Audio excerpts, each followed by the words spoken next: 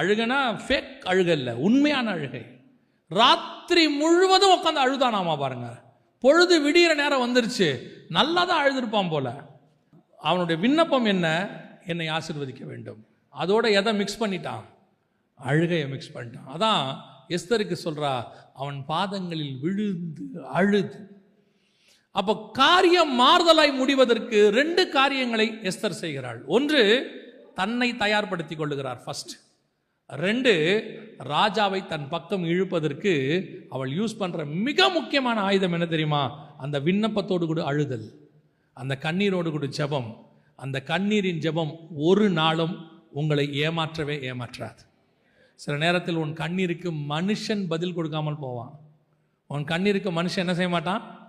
பெருசாலாம் ஒன்றும். சில ஆண்கள்லாம் இருக்காங்க, என்ன அழுதாலும் கவலைப்பட மாட்டான். அவன் அதை பற்றிலாம் யோசிக்கவே மாட்டான்.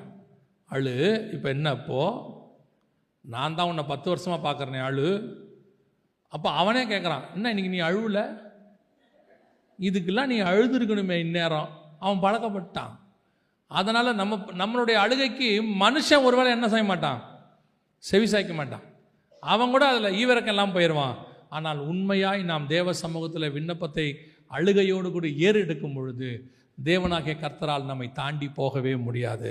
நாம் கேட்குற ஜெபத்திற்கு பதில் தந்து விட்டுத்தான் போவார். அவர் என்ன நடந்தாலும் சரி, அவர் பதில் தராமல் போகவே மாட்டார். இந்த 3 இன்சிடென்ட் அதுக்கு ஒரு நல்ல உதாரணம். ஒன்று, மரியாளுடைய ஜெபம், அழுகையோடு கூட செய்கிற ஜெபம். 2, எஸ்தருடைய ஜெபம். 3வது, யாக்கோபினுடைய ஜெபம். இந்த ஜெபம் கண்ணீரோடு கூட அவர்கள் செய்யும் போது ராஜா தேவன் அவர்களுடைய விண்ணப்பத்திற்கு செவி சாய்க்கிறவராய் காணப்படுகிறார். அல்லேலூயா. காரியம் மாறுதலாய் முடிய வேண்டும். என்ன செய்யணும்? முதலாவதாக அவர்கள் செய்த மிக முக்கியமான ஒரு காரியம், எஸ்தர் செய்தது, தன்னை தயார்படுத்தி கொண்டால், ராஜவஸ்திரம் தரித்து கொண்டால், உபவாசம் இருந்தால், புசியாமல் குடியாமல் காத்திருந்தால், அவளுக்கு தங்கிட்ட இருக்கிற அதிகாரத்தின் மேலே அவளுக்கு நம்பிக்கை இல்லை. நான் ராஜாத்தி, ராஜகுமாரத்தி, நான் சொன்னால் நடந்துரும், அதெல்லாம் எல்லாம் நான் ராஜா கேட்பாரு, அந்த கான்ஃபிடென்ட்லாம் கிடையாது. ராஜா என்னை எவ்வளோ நேசித்தாலும் சரி, முதல்ல நான் தேவன்கிட்ட போய் ஒப்புரவாய்க்கிறேன், நான் முதல்ல அங்கே ரெடி ஆகிக்கிறேன். 2வது, ராஜாவை அசைக்கக்கூடிய ஜெபம். இது 2ம் சேர்ந்து ஒரு இனத்தையே காப்பாற்றி முடிச்சிருச்சு. அல்லேலூயா. நீங்கள் இந்தியாவுக்காக ஜெபம் பண்ணுறீங்க, இஸ்ரேலுக்காக ஜெபம் பண்ணுறீங்க, காசாக்காக ஜெபம் பண்ணுறீங்க, எல்லாம் ஜெபம் பண்ணுறீங்க, நல்லது. எந்த ஜெபத்தையும் நாம் இங்கே குறை சொல்வதற்கு இல்லை. ஏன்னா வசனம் சொல்லுது, ஜெபத்தை கேட்கிறவரே மாம்சமான யாவரும். இந்த மெசேஜ் நேரத்தை தவிர மிச்ச நேரத்தில் நீங்கள் என்ன தான் பண்ண போகிறீங்க? ஜெபம் பண்ண போகிறீங்க. உங்கள் ஜெபம் உண்மை உள்ளதாக, ஆயத்தப்பட்டதாக, கண்ணீரோடு கூட உண்மையாக இருக்குமானால் நீங்கள் ஜெபிக்கிற அத்தனை ஜெபத்திற்கும் கர்த்தர் பதில் கொடுக்க வல்லமை உள்ளவராக இருக்கிறார். ஏன்னா ஒரு ஜெபம் கூட மிஸ் ஆகாது. பைபிள் அப்படிதான் சொல்லுது. அவர்கள் ஏறெடுத்த எல்லா ஜெபத்திற்கும் அவர் பதில் கொடுக்கிறாருன்னு 5ஆம் அதிகாரம் வெளிப்படுத்தின விசேஷத்தில் இருக்குது. ஒரு ஜெபம் கூட ஃபெயிலியர் ஆகாது. ஆனால் நம்ம ஜெபம் பண்ணுற முறை தான் ரொம்ப முக்கியம். முதலாவதாக காரியத்தை அவர்கள் மாறுதலாய் முடிய பண்ணுகிறார்கள். கர்த்தர் அதை செய்ய வல்லமை உள்ளவர். ஒன்று தெரிஞ்சுக்கணும், உங்கள் எதிரிகள் உங்களுக்கு விரோதமாக எழும்பி உங்களை தூக்கிலிட நினைத்தாலும் கர்த்தர் அதை மாற்றி போட வல்லமை உள்ளவர். உங்கள் எதிரிகள் உங்களை மட்டம் தட்டி அவர்கள் உயர நினைத்தாலும் கர்த்தர் அதை மாற்றி போட வல்லமை உள்ளவராக இருக்கிறார். 3வதாக, அவர்கள் பகைவர் அவர்களை மேற்கொள்ள நினைத்தாலும் அவர்களை மேற்கொள்ளக்கூடிய அளவிற்கு கர்த்தர் காரியத்தை மாறுதலாய் முடிய பண்ண வல்லமை உள்ளவர். இது எல்லாத்துக்கும் அடிப்படை எங்கே இருக்குன்னா உங்கள் பிரேயரில் தான் இருக்கு. உங்கள் ஜெபம் இதையெல்லாம் மாற்ற வல்லமை உள்ளது. அல்லேலூயா. நாம் ஜெபிக்க போகிறோம். எழுந்திருக்கலாமா தேவ சமூகத்தில்? ஆண்டவரை நோக்கி பார்க்க போகிறோம். ஒருவேளை ஆமான் மாதிரி ஒரு சிலர் உங்கள் ஊழியத்திலேயோ, உங்கள் வேலை ஸ்தலத்திலேயோ, உங்கள் குடும்பத்திலேயோ, உங்கள் கூடையோ இருப்பாங்க. உங்களுக்கு வர வேண்டிய உயர்வை அவங்க தடுத்துக்கிட்டு இருப்பாங்க. உங்களை கொல்ல வேண்டும் என்று கூட நினைப்பாங்க. நீங்கள் இல்லாமல் இருந்தால் நல்லா இருக்கும்னு நினைப்பாங்க. நீங்கள் இருக்கிற இடத்திலிருந்து உங்களை அப்புறப்படுத்த வேண்டும் என்று நினைப்பார்கள். மொர்தெக்காய் உட்கார்ந்துருக்கிற இடத்துலேருந்து அவனை ரிமூவ் பண்ணணும்னு ஆமான் நினைச்சானாமா. அவனை மட்டும் இல்லை, அவனுடைய சந்ததி மொத்தத்தையும், யூத குலத்தையேன்னு வசனம் சொல்லுது. அதே மாதிரி உங்களை மட்டும் இல்லை, உங்கள் குடும்பத்தையே ரிமூவ் பண்ணணும்னு நினைப்பாங்க. நீங்கள் இங்கே இருக்கக்கூடாது. ஆண்டவர் ஒன்று சொல்கிறார், எந்த ஆமான் உனக்கு விரோதமாக எழும்பினானோ, எந்த காரியத்தை உனக்கு விரோதமாக எழுப்பினானோ, அந்த ஆமான் அந்த காரியத்திலேயே விழுவான். அதை செய்ய தேவன் வல்லமை உள்ளவராய் இருக்கிறார். காரியத்தை மாறுதலாய் முடிய பண்ணுகிற தேவன் அவர். ஒரு காரியத்தை நல்லா மனசுல வச்சுக்கோங்க.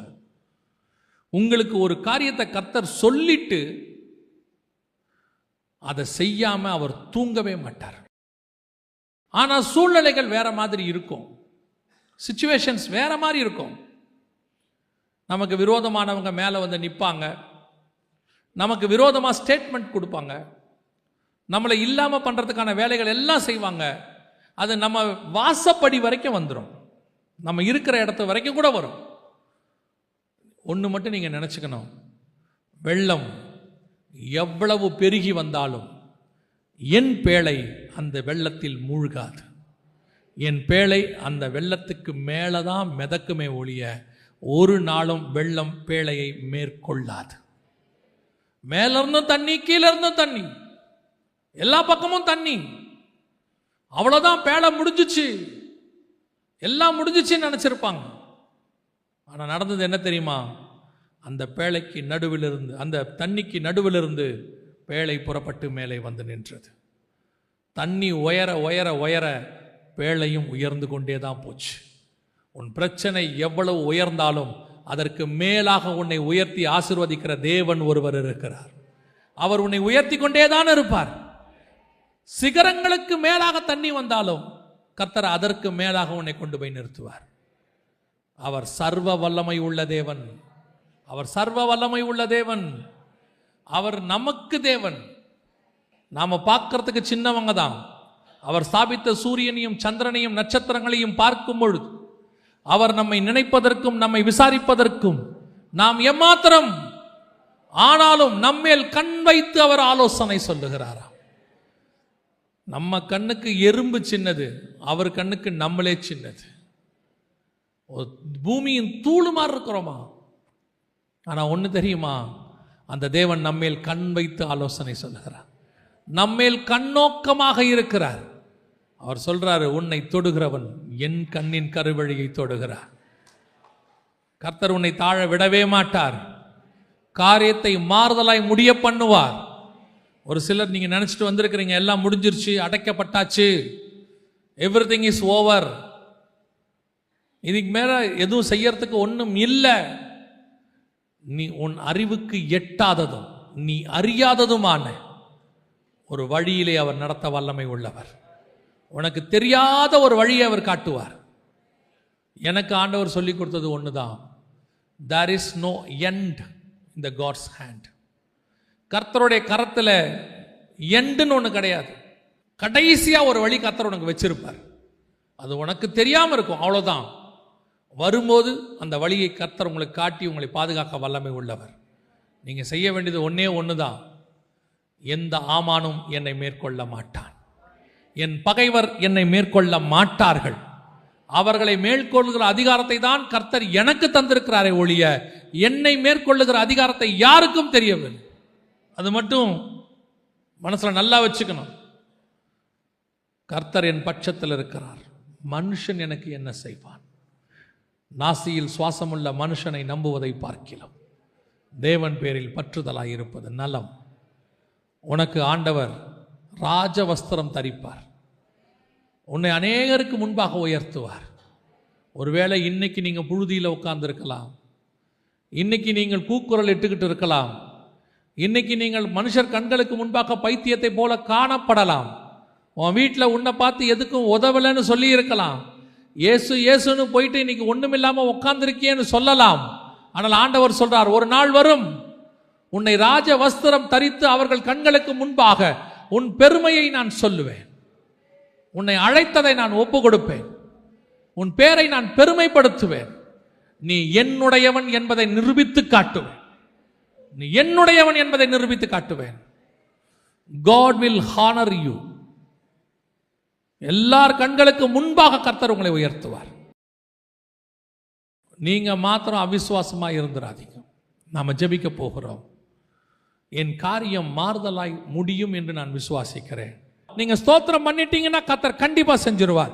எந்த காரியத்துக்காக ஜெபம் பண்றீங்களோ அந்த காரியத்துக்காக ஸ்தோத்திரம் பண்ணுங்க. கர்த்தர் செய்ய வல்லமை உள்ளவர், கர்த்தர் செய்ய போகிறார், கர்த்தர் செய்து விட்டார். வருகிற நாட்களிலே நாம் அதை பார்க்க போகிறோம். கர்த்தர் செய்த பெரிய காரியத்தை வெளியரங்கமாய் கர்த்தர் செய்ததை நாம் வெளியரங்கமாய் பார்க்க போகிறோம். அந்தரங்கத்தில் செய்ததை வெளியரங்கமாய் பார்க்க போகிறோம். Thank you Jesus. நன்றி ஆவியானவரே. கோடான கோடி ஸ்தோத்திரம், கோடான கோடி ஸ்தோத்திரம். உடைய மகிமையுள்ள கரத்தில் எங்களை தாழ்த்துகிறோம் ஆண்டவரே. வருகிற நாட்களிலே இன்று சொன்ன இந்த வார்த்தையை நீ நிறைவேற்றி அதன் மூலமாய் செய்ததை நாங்கள் சாட்சியாய் கேட்க போற தயவுக்காய் ஸ்தோத்திரம். நாங்கள் சாட்சியாய் கேட்க போற தயவுக்காய் நன்றி. கர்த்தர் நீர் செய்ய போற பெரிய மகா பெரிய காரியங்களுக்காய் ஸ்தோத்திரம்.